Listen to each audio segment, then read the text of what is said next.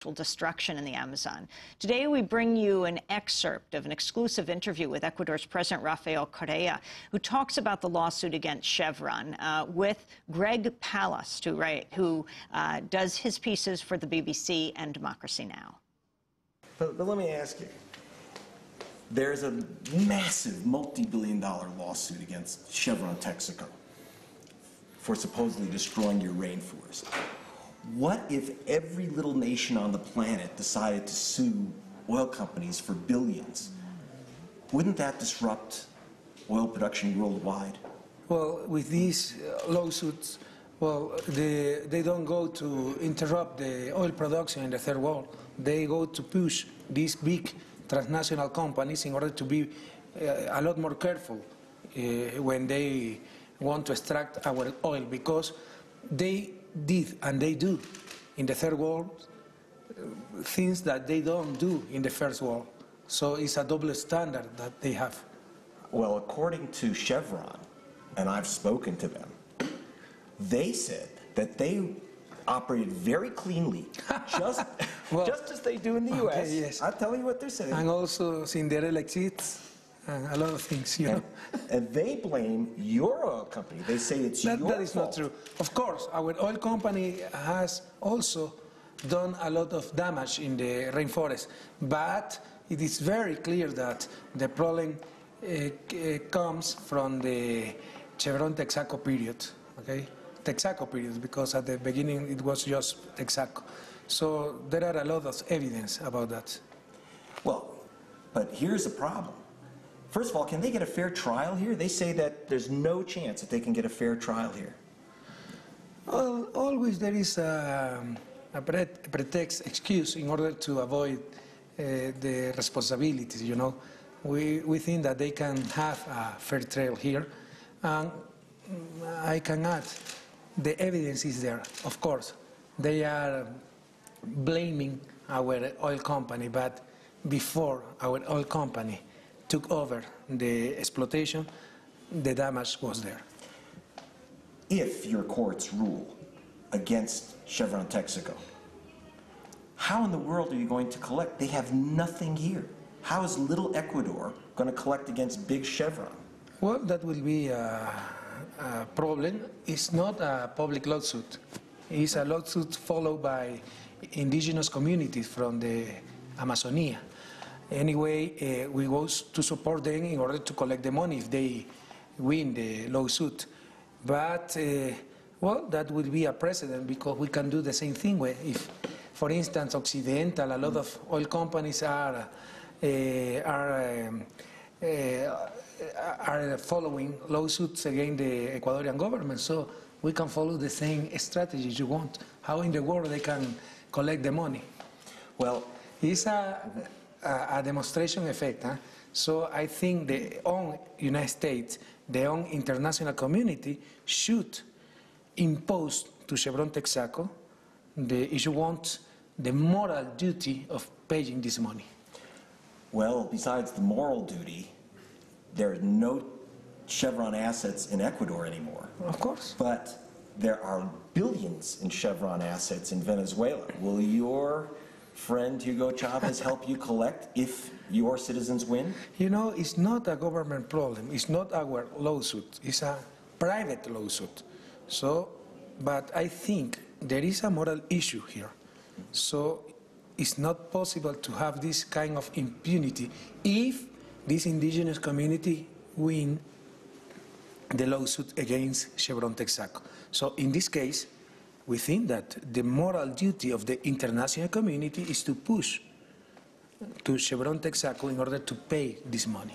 Will you call on President Chavez or others to help you protect your citizens? And I will call the whole international community. Always you are giving us moral speeches, advice about economic policy, social policy, environmental policy, moral policy, etc. So we are sure that in this case you're going to support these indigenous communities against a huge, a big, a very powerful transnational, Chevron Texaco. Do you think that the U.S. government is going to support your attack, your government's attack, your people's attack on the oil company that Condoleezza Rice came from? It's not an attack. It's justice. So we expect, yes, we hope that the U.S. government supports this, if you want, this claim. Now, you've thrown Occidental Petroleum out. You have forced Chevron Texaco out of your country. What is Ecuador's problem with U.S. oil companies? What is the problem of the U.S. company with Ecuador? Because we are not crazy. If our indigenous people are fighting against Chevron Texaco, it's for something, you know? You can see our rainforest. Before Petroecuador, it's not true that the fault is in Petroecuador. You know, before Petroecuador, we already had a lot of damage in our rainforest. And also, with Occidental, it's very clear that they break up their contracts and the Ecuadorian law. So it's not that we have something against foreign investment, foreign companies or U.S. companies, but there are some companies that used to do in our countries things that they will never do in their own countries. This is a big change in Ecuador. I don't think I would have heard this phrase, this talk from a prior president of 10 years ago. What's changed? Why suddenly, before, you had presidents that embraced Occidental, that embraced Chevron? Ecuador is no longer in sale, you know? Now Ecuador has a sovereign, a nationalist government. That is the huge difference. Yeah, very, very different. Now, one of the things, though, is that Hugo Chavez has just lost a big vote. Evo Morales is facing a revolt in Bolivia. Is this really the end of the populist left in Latin America? I don't know why or what you used to call populist left. Our left is not populist, it's very technical one, but it's very popular, that is different, you know? And perhaps that is not understood in the States. Anyway, any change in Latin America, the most unequal region in the world, will face a lot of obstruction, of problems. But we have to continue because these changes are necessary. But there are still very powerful groups against any change. Why? Because they have been very, very, very well in this situation, very unfair situation with poverty, etc. So it's normal.